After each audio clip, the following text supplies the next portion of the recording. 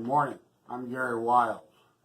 Americans today have common dangers which require our common responsibilities. The danger has loomed on the horizon for many years. It is now confronting our lives in ways to which we are unaccustomed. This is a danger of the highest priority for which the public must be warned. I speak of the attack on our freedoms shrouded in the cloak of democratic socialism.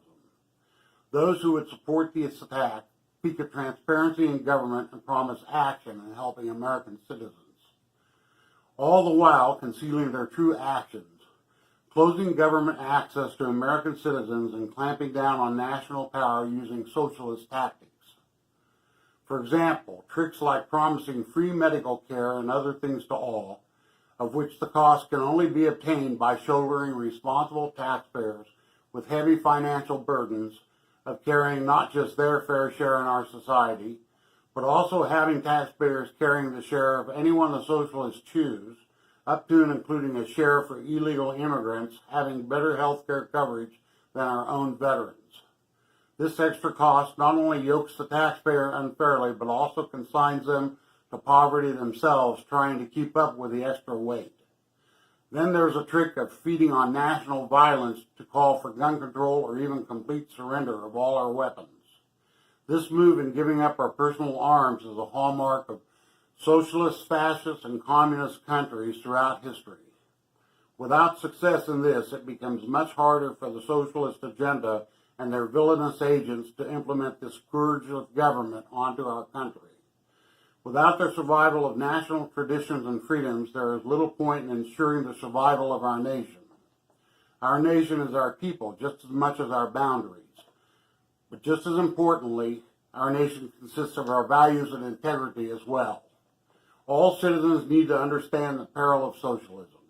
No war has been declared, no troops are marching on our borders, and no missiles are being fired at our cities.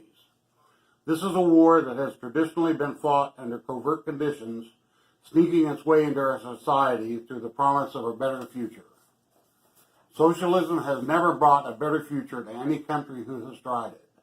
Now in the last 10 years, the saboteurs of our freedoms have started venturing out of the shadows to fight in the open. They have joined with others, both inside and outside our country, to bring about these basic changes in our form of government. They have attacked God, our founding fathers, our Constitution, and our families. Our founding fathers knew the best way to combat threats such as these were to incorporate our freedoms into the Constitution and guarantee us the tools to fight. The tools to fight include being free to communicate with one another and inform our society about the threat that is clear. As well as a tool of the free and open press, a press not only to side with the perpetrators of this covert style of war by attacking anyone who gets in the way of their plans, nor to hide certain truths and shelter individuals who would prosper from the ruination of their own country, and not even to present only one side of the facts while hiding under the guise of protecting the downtrodden, when really these attackers and their allies in the press seek to use the downtrodden as a weapon in which to provoke their own and other hatred and violence. These actions, intimated by politicians and others in our society, have been copied and amplified by many components of our free press. Our press needs to give thoughtful consideration to these actions. All citizens should weigh his or her rights and comforts against this obligation for the common good. I cannot now believe journalists should find themselves exempt from this appeal. Any story, true or false, is newsworthy, but is it in the best interest of national security? Normally this would be a hard question, but doubly so, given the present nature of our nation's stance between the past and the future.